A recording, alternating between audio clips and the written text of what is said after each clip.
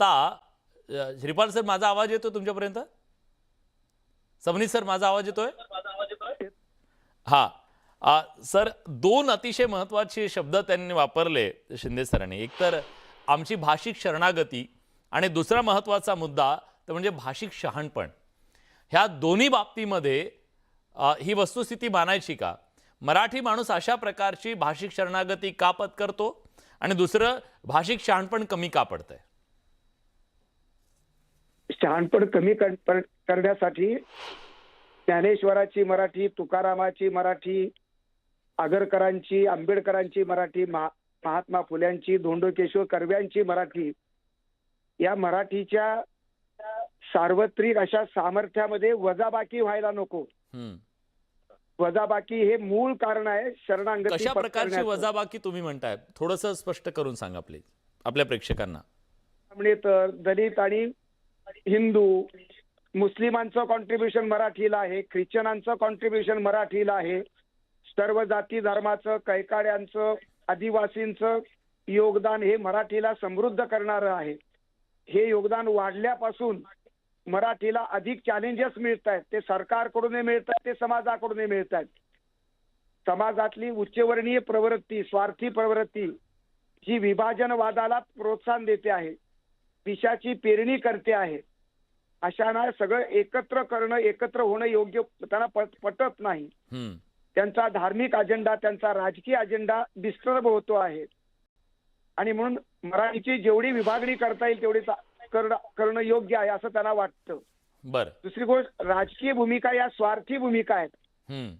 त्या निखळ शुद्ध अशा प्रकारच्या भाषाविषयक भूमिका दिसत नाहीत लोकांना. तो समाज ही प्रामाणिक नाही आणि राजकारणही प्रामाणिक नाहीत. अशी दुर्दैवाची वेळ महाराष्ट्रावर आलेली आहे. अतिशय परखड तुम्ही मत मांडलं सर. हा प्लीज माफ करा सर, बोला प्लीज. आता मराठी इंग्रजी शाळांचं आक्रमण वाढलं आणि म्हणून मराठी शाळा बंद पडतायत.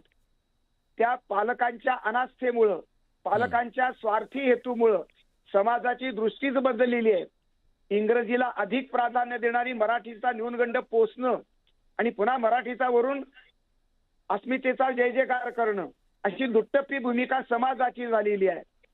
आणि यालाही सरकारही समांतर अशा प्रकारची भूमिका बजावत आहे. कारण सरकारचे स्वार्थी धनदानगी माणसं सरकारच्या टप्प्यातली, सरकारच्या जवळची जागेवरती टपून बसले. सरकारी मराठी शाळेच्या जागा ज्या आहेत त्या जागा हडप करण्यासाठी त्यांचा डोळा त्याच्यावर आहे. आणि म्हणजे पुन्हा एकदा तुम्ही म्हणताय की इथली राजव्यवस्था जी आहे त्या राजव्यवस्थेची अनास्था या सगळ्याला अधिक जबाबदार आहे असं आपलं परखड मत आहे. मी आपल्यासोबत या चर्चेमध्ये सहभागी झालेल्या आनंद दवे यांच्याकडे जाणार आहे.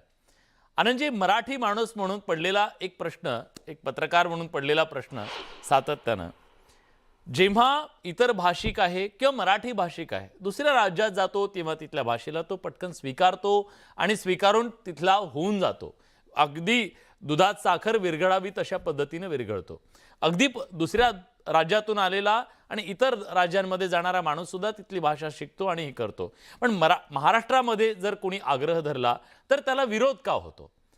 का महाराष्ट्रात आपण विरोध करू शकतो ही भावना बळावली आहे म्हणून?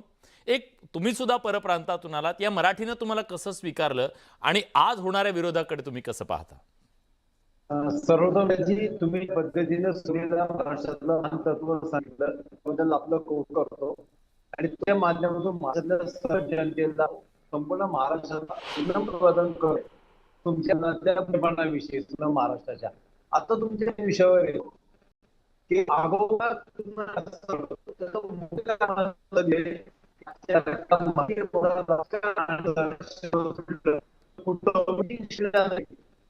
आनंदजी, माफ करा, तुमचा आवाज आमच्यापर्यंत नीट पोहोचत नाहीये. तुम्हाला फोनवरून कनेक्ट करण्याचा प्रयत्न करतो, अगदी थोड्या वेळात येतो तुमच्याकडे. पण शिंदे सर, आता त्यांनी सुद्धा सांगितलं की राजाश्रयाचा हा सगळ्यात महत्त्वाचा मुद्दा आहे आणि ज्या भाषेला राजाश्रय नाही त्या भाषेचं भवितव्य काय असेल याच्याबद्दल वेगळं सांगायची गरज नाही आहे.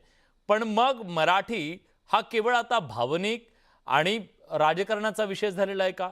मग असं झालं तर मराठी हा मराठीचा विषय नाही, तो इतिहासाचा विषय होऊ शकेल. खूप महत्वाचा हा प्रश्न आहे. महाराष्ट्राची स्थापना झाल्यानंतर महाराष्ट्राच्या आधुनिक घडणीमध्ये ज्यांचा फार मोलाचा वाटा आहे, त्या यशवंतराव चव्हाण यांनी महाराष्ट्र राज्य साहित्य संस्कृती मंडळाचं भाषण केलेलं आहे आणि हम्म. त्या भाषणामध्ये भविष्यामध्ये महाराष्ट्र काय असावा, महाराष्ट्राची स्वप्नसृष्टी काय असावी, याची रूपरेषा अधिक रेखीव पद्धतीनं यशवंतराव चव्हाणांनी सांगितलेली आहे, की हे मंडळ भाषा आणि संस्कृती इतिहासाचं एक महत्वाचं विद्युत ग्रह व्हावा असा शब्द त्यांनी वापरला, पॉवर हाऊस व्हावं. हा. परंतु हे पॉवर हाऊसच आज इतका क्षीणाने विकीर्ण झाले, त्याची ऊर्जाच आपल्याकडं ठेवली गेलेली नाहीये. आणि त्यांनी ज्या धोरणातनं, ज्या दूरदृष्टीतून साहित्य संस्कृती मंडळ असेल, विश्वकोश निर्मिती मंडळ असेल, विद्यापीठ ग्रंथ निर्मिती मंडळ असेल आणि मुख्य म्हणजे त्याचं विकेंद्रीकरण, लोकशाही राज्यामध्ये वाङ्मयीन संस्थांचं, भाषा संस्थांचं विकेंद्रीकरण करावं लागतं. मोठा समूह लोकशाहीच्या नंदनवनासाठी एकत्र यायला पाहिजे, एकमेकांच्या हातात गुंफून भाषा साहित्य संस्कृतीविषयी काम करायला पाहिजे. हा. त्याच्यापासून आपण मोठ्या प्रमाणामध्ये ढळलेलो आहोत आणि त्यांनी ती केंद्र कुठे निर्माण केली, वाईला असेल, नागपूरला असेल किंवा अनेक वेगवेगळ्या ठिकाणी निर्माण केली. दुभंग महाराष्ट्राला अखंड ठेवण्यासाठी आणि एक ठेवण्यासाठी, संयुक्त ठेवण्यासाठी भौतिक जीवनाची सुधारणा असून चालत नाही, तर सांस्कृतिक इयत्ता त्या समाजाची, भाषेची इयत्ता सुधारावी लागते. खरंय. मी आणि सुरुवातीला निवेदनामध्ये महाराष्ट्राचं जे वर्णन केलं त्या वर्णनामध्ये ह्या सगळ्याला जोडणारा जर दुवा काय आहे, जसा आपल्या सगळ्यांना जोडणारे तुकोबा ज्ञानोबा हे दुवा आहेत, तर ह्या विदर्भापासून उत्तर महाराष्ट्रापर्यंत आणि खाली पश्चिम महाराष्ट्र कोकणापासून ते विदर्भापर्यंत ह्या सगळ्यांना जोडणारी तर मराठी भाषा आहे आणि ही भाषाच आपल्याला सगळ्यांना जोडून ठेवते. पण